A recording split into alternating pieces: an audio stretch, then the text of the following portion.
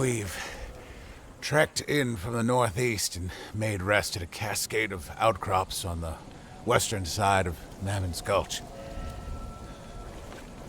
The surrounding peaks are staggering, indifferent to our presence. Preston is boisterous. Stands at 6'3". He's dressed out of his fine clothes, perhaps hoping to fit in with us. Brewer and the others are not impressed, if raised eyebrows are any unit of measurement. Clearly, he's a novice, but it's worth noting that Preston can be quite endearing. He favors the use of a spyglass over any gun or blade, always on the lookout for something new to expose or discover. Oh, the corruption here is in full bloom, for lack of a better term. With the incursion here still in its infancy, I wondered if some semblance of order and hierarchy might appear amongst the corrupted. But this is not the case. They're all as disorganized and lobotomized as in the bayou. Despite their mindless, abominable presence, I feel myself being studied from beneath the trees. No. Catalogued. Catalogued is the word.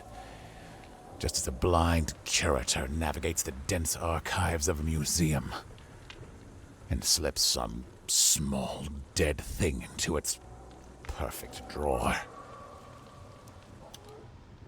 Colorado Investigation Log. Location, Mid-Gulch Saddle Depression. Day 2. Morning. We discovered a survey group's destroyed campsite. It was in total disarray and mostly incinerated. Brass equipment intact. Salvaged the following surveyor logs. Dale Gerard, PLSS Acreage Report. Day 1. Graham switched us to the solar compass. Our prismatic is being thrown off by ore deposits along the western slope. The compass is heavy and hot in the sun. It burned Graham's hand. We're 5 degrees off true north on account of the magnetism. We'll re-walk the links for accurate acreage in the morning. Day 4. Melanie has her seismometer ready. The thing's acting up. Jumping like a cricket in a thunderstorm is how she put it. Can't be on account of the ore, though. Strange. Day 5. Graham's dead. He measured out the acre with 255 chain links, then vanished in a sudden flash of heat that seemed to come out of nowhere. The leftover links he'd been carrying somehow heaped and fused to his skull. We buried him. It was the only thing we could think to do.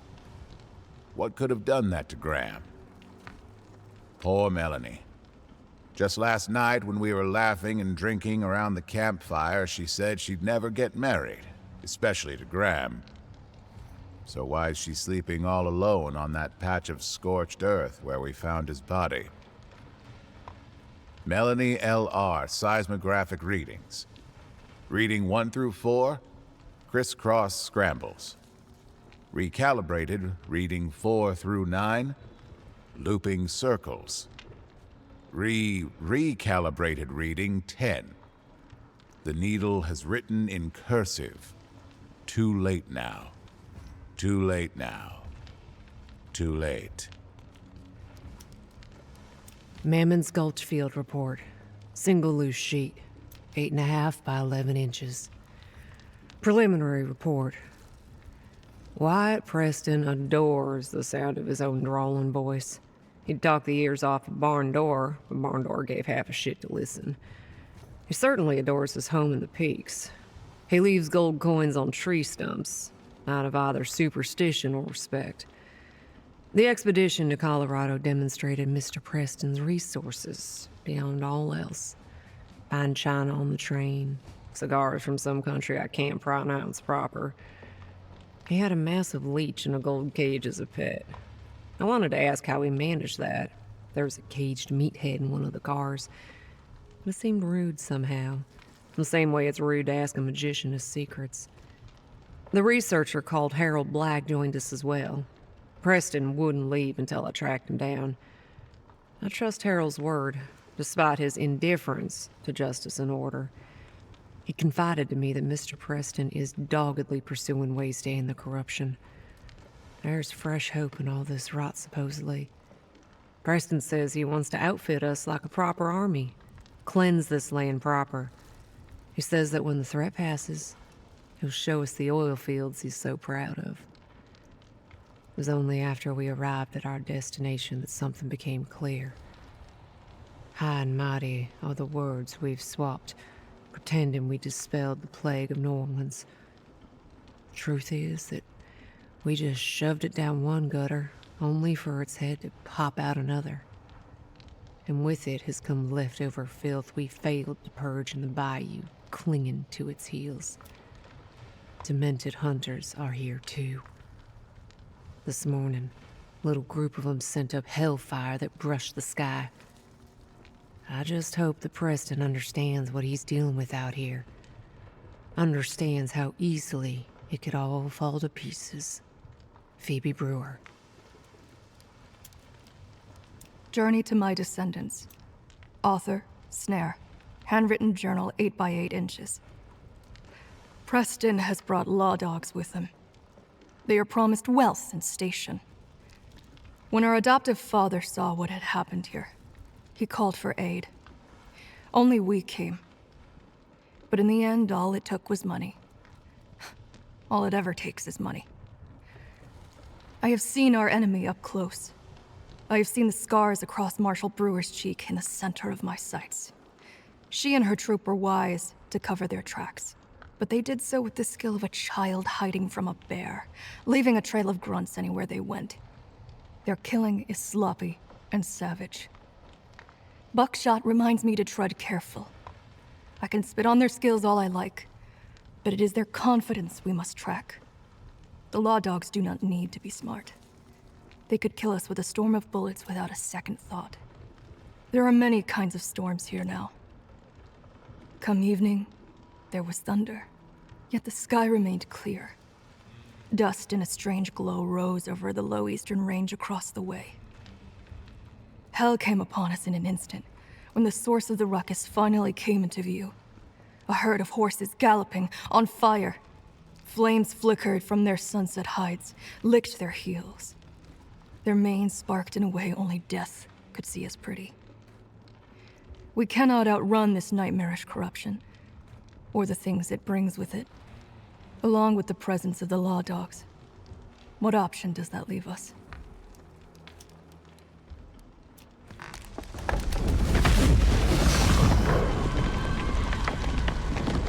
The oil field is burning.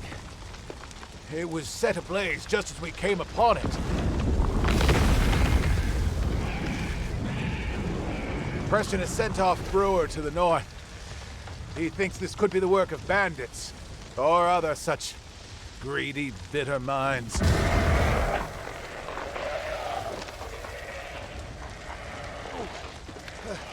A dozen immolators have swarmed the oil field. The heat is too intense to see clearly, but they are in a circle. What is that there?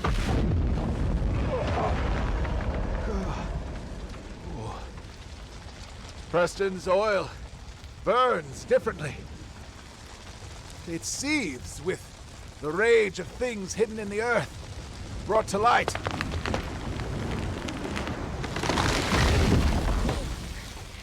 Oh, this heat. Oh, I do not think it's natural. It smells of things that should never have been touched by man. The odor contains the faintest traces of iron and ruined flesh when you stand downwind. Some shadow has taken form here. Ooh. I will abandon Preston and investigate it alone. Let Brewer look after him. Puppet Theater Script, Act 1. Found behind stage curtains, back alley theater. Let me tell you a story. There once was a wandering puppeteer, a man of myths who crossed many seas. In his search for greater legends, this traveler found himself caught in a tale too peculiar and strange to not play a part in it. It all began when the traveler came across the corpses of 3 railmen and 2 strange characters getting dressed in their coal-stained clothes. We shall call one Pig, the other Bee. Pig and Bee offered the traveler a deal. If he helped them achieve their goal, they would let him live. He gladly accepted and slithered into a dead man's trousers. He stained his eyes with soot and took on the speech of someone who tends the steam boiler on a locomotive. And so they set upon a train as a troupe of actors would a stage. They tended a ravenous and furious furnace in a nest of spinning iron and belching steam. As the time passed, he discovered more and more about Bee and Pig. He learned that they were outcasts from a cult of delirium and murder. Worse still, they had been forsaken by the very thing they worshipped. The train ventured over the type of barren lands where death itself forgets its name. They came upon the promised land, Colorado. There, a sickness had brought nightmares of the dead to life. Their faith had been rewarded after all. They'd been given a second chance. Mammon's Gulch Field Report. Single loose sheet, 8.5 by 11 inches. Warning. These local trappers know how to spring sharp iron around your waist. They know these slopes like we know a swamp. After the oil field was set ablaze, Preston sent us with powder barrels to the northeast trestle bridge, wanting it blown up to cut off access to anyone who might want to come for what's his. We went through Miner's Folly. The sad assortment of dilapidated buildings are all cinders and smoke, freshly burnt. Demented folks had themselves a bonfire, most probably. Before we could make our way through, we were stopped by a pair of angry trappers. We drew iron on each other. Then I realized that the mountain man, Thomas Bridge, was with them. They saw that he knew me, seemed surprised we didn't want each other dead. It was enough to make them lower their rifles.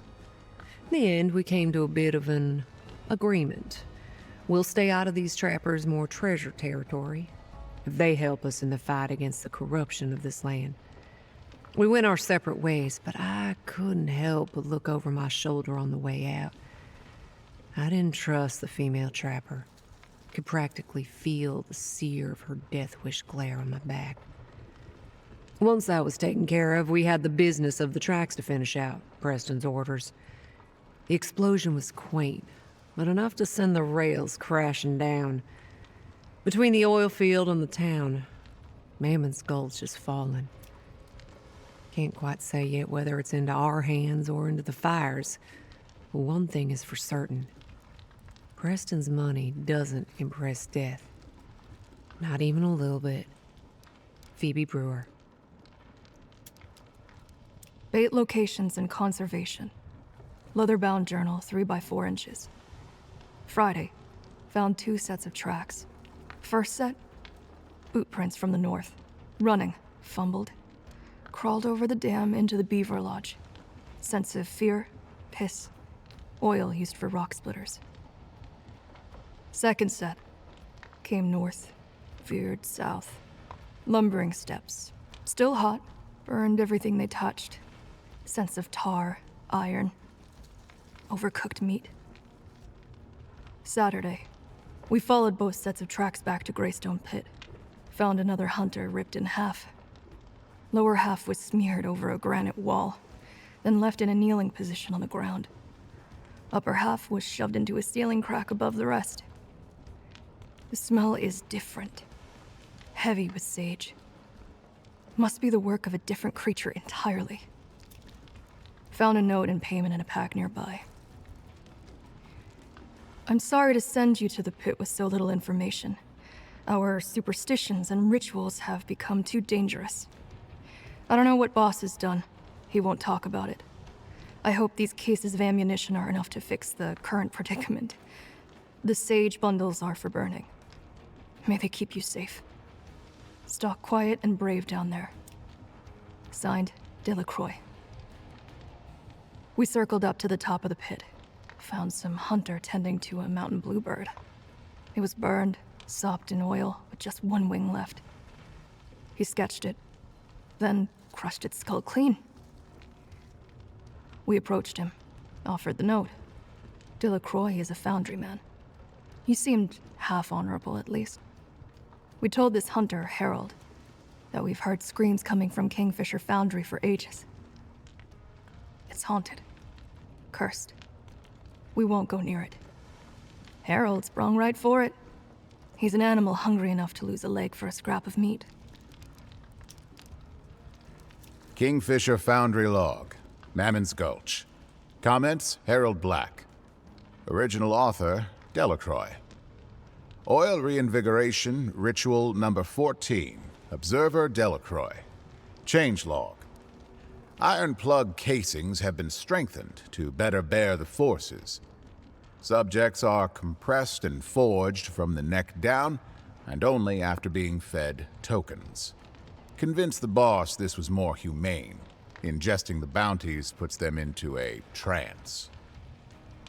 Bore depth 700 feet, 3 tokens. Elwraith Right 9. Bandit 1 ignited. His tooth, a gold-capped incisor, shot out of the bore shaft. Buried itself in my arm. Had to dig it out myself. Then, boss confiscated it for the gold. Bore depth 984 feet, 4 tokens. Eyeless Navigator Right 2. Bandit 2 begged for us to take care of his grandma out on some prairie. Had to be sedated. Flesh bulged with enough pressure to break his casing, clogging the shaft. Had to re-bore the shaft to unclog it.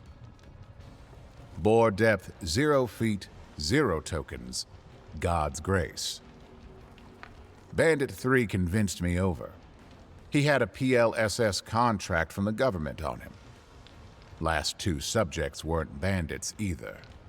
They were cartographers. Boss lied big time. I can't keep contorting innocent people and holding that guilt in me. Bore depth 1,325 feet, 6 tokens.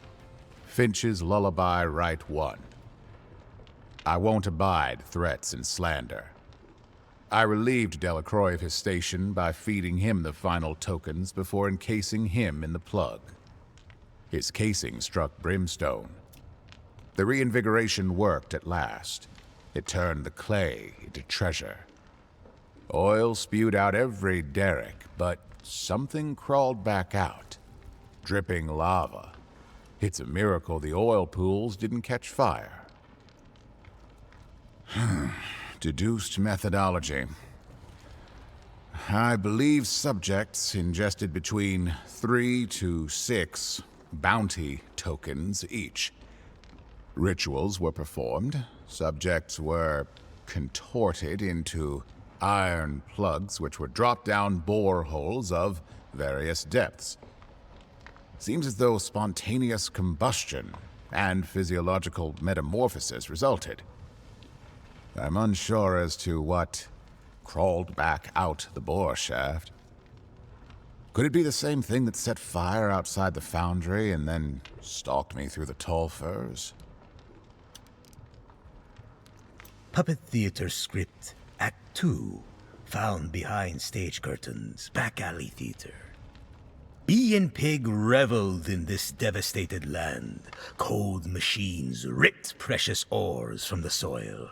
Pipes sprayed black earth into the air. The mountains watched over the trenches and scars of the great gulch, with no interest in those who suffered within it. The pair were well versed in executing monsters. Their carnage was strange, for they worshipped the master of these many diseased puppets. Pigs squealed in the oil fires. Bee prayed to hives. With their senses sharp, they traced the hand of their puppet master to Grisly Lodge. Sickness and evil gusted from its chimney like it was an ancient wound, a place of miraculous birth. Inside were the lower halves of men kneeling in a circle, killed by some unknown monstrosity. Bundles of sage at their waists, and bee and pig burned them to cleanse the air. In the cellar was a pit dressed for rituals. Barrels had been hoarded, mounded, and blessed. There was a stench of tokens. Bee and pig fell to their knees, and the traveler traced every symbol of salvation he knew. Addressed to Sheriff Hardin. Author, Phoebe Brewer. Hope this gets sent to you as promised, cowboy. You ever see a flaming body fall down a mine shaft? Pretty eerie. Made my hair stand on end. Preston had us clear a mine where Demented had supposedly dug in.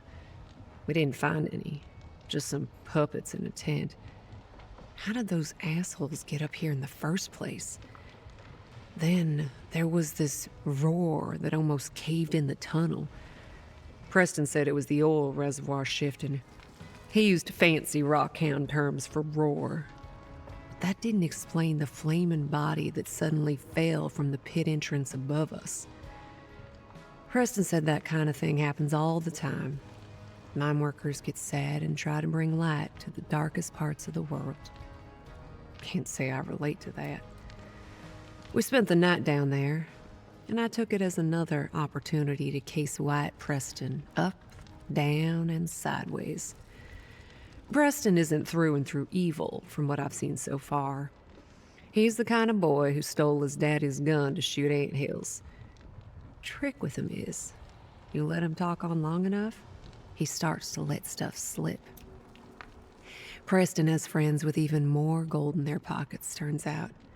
He said they're into occult stuff, chanting in masks and swallowing goat eyes and whatever else it takes for them to gain more. Other than taking up the hunt themselves, of course. That's for others to do for them. After Wyatt finished off his handle of wine, I snatched a journal from his coat, wrote down some names, sent him along. You've got digging to do while I keep playing this rich boy's nanny.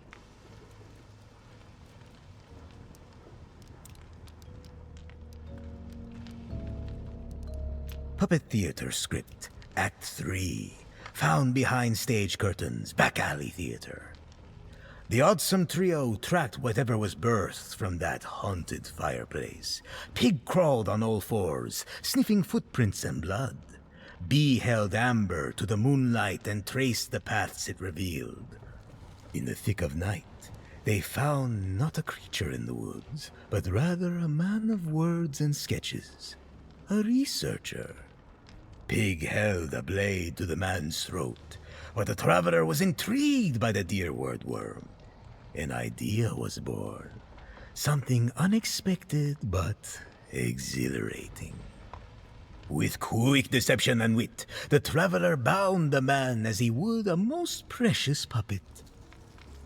If his idea were to come to fruition, he'd need to lie, and lie well. So he told Bee and Pig that far away, a wandering spectacle of death and whimsy was approaching. The traveler had been a member of this wandering spectacle long ago, he fibbed to his companions of the road. His voice rising, he continued to conjure fabulous deceits. This wardworm had seen the show and mocked the poor traveler's every performance, had jeered, booed, thrown bricks and cats at him. He even tore down his stages and spat upon his art. The traveler made sure to give his all to this performance, and he could tell it was working. Bee and Pig nodded as they listened, leaned in while the story continued. They knew how it was to feel the effects of sacred efforts fallen flat. Now, the traveler said, his performance coming to a close, he would take a long-earned revenge on the wordworm. He would punish the man privately until dawn, as Bee and Pig continued their hunt. It was a personal matter. Surely they could understand. And so the traveler found his exit.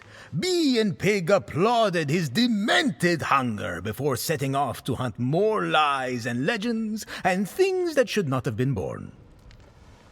With a pain in his heart, the traveler whispered goodbye after them. Then he untied the woodworm and began to spin new tales to tell. Sketchbook number 45, Colorado. Illustrations and notes. Penned by Harold Black. I sketched the strange puppet fellow who saved me from demented savagery. I owe my life to more people day by day, it seems. Hayale took a liking to my ink, and so an easy gift of it was made. As he recounted his tale, I divined the hunting lodge as the source of this incursion. The lodge's chimney is covered in hardened pustules and forms a birth canal, for lack of better terminology. Through it, the demented and their jester found the remnants of a mass storage site of bounty tokens. The trio glowed in dark sight from its contaminated energies. I cannot prove much, but if I were to venture at a cause for a corruption springing forth from this token depository, it would be ritual tampering.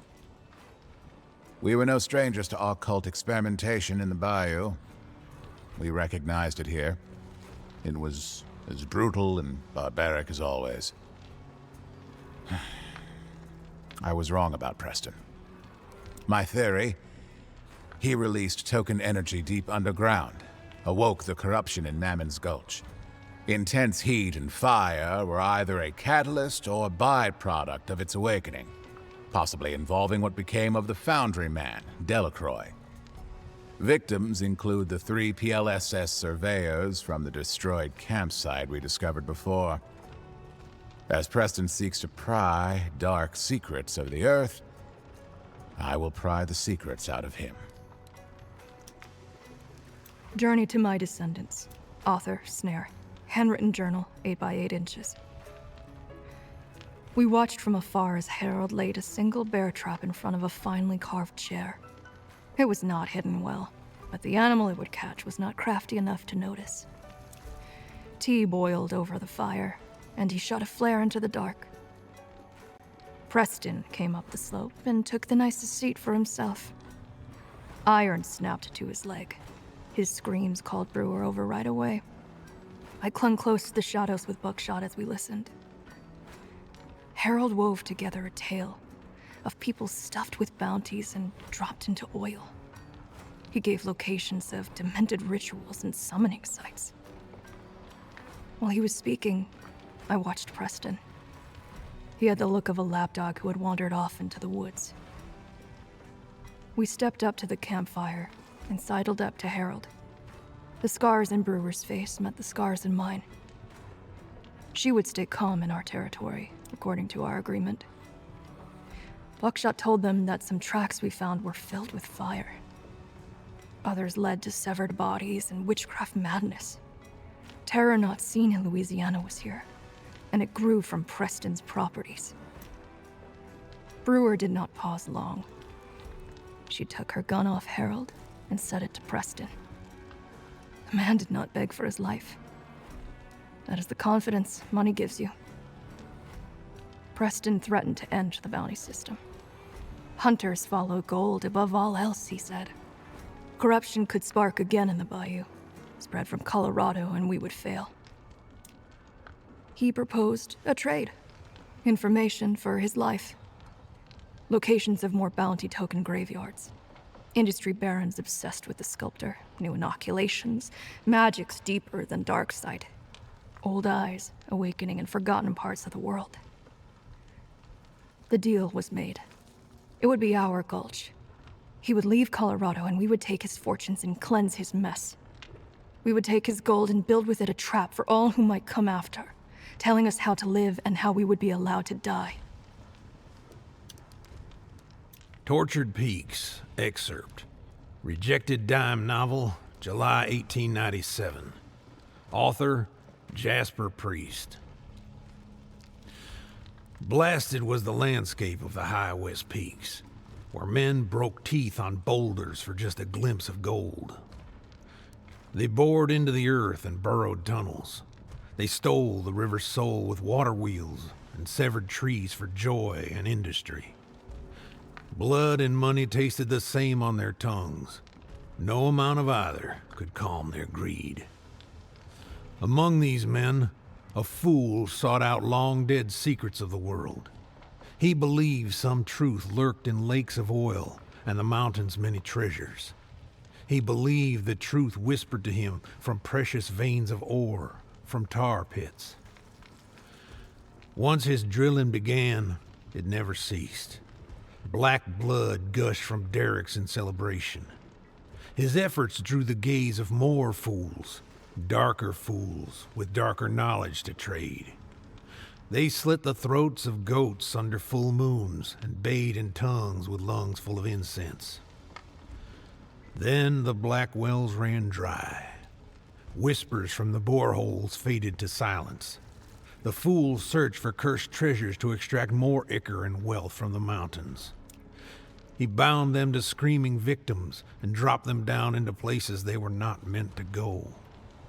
Each life fell upon a long, sleeping evil beneath those far rocky ranges.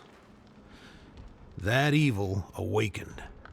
The dreams within it rose and found new bodies to live inside.